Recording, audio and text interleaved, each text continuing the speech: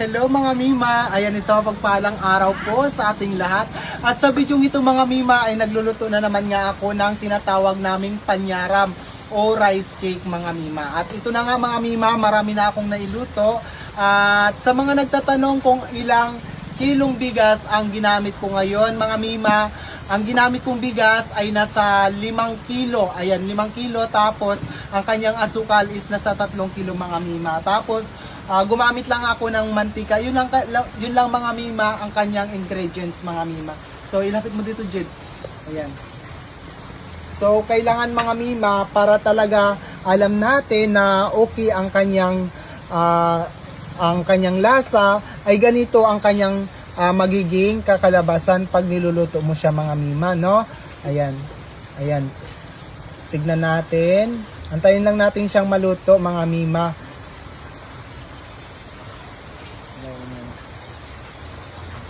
At siya nga pala mga Mima, shout out sa mga mga followers ko dyan sa SM, sa Robinson, sa Mang Inasal, saan pa ba? Basta shout out sa mga followers ko dyan sa Puerto Princesa at sa lupalupman ng mundo. Maraming salamat sa inyo mga Mima. Shout out din kay Herbie Villar at saka kay Miss Rojas na nagkita kami dyan sa Robinson at saka kay Miss Gubat kung hindi ako nakakamali na taga-Espanyola. Shout out sa inyo ma'am. Ayan. At dito nga mga Mima, pag ganito na ang kanyang itsura, kailangan na natin siyang baliktarin. Ilapit mo dito Jid. Ayan. Ayan mga Mi. Ilapit lang natin siya. Ibaliktarin lang natin siya kasi medyo okay na ang kanyang kabila, di ba? Ayan.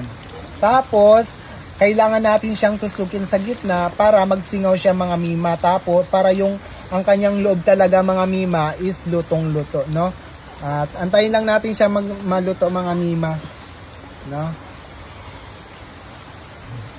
At hanggang dito na lang mga Mima yung aking video na ito. Maraming salamat po sa inyong walang sawang pagsuporta at pagmamahal sa akin.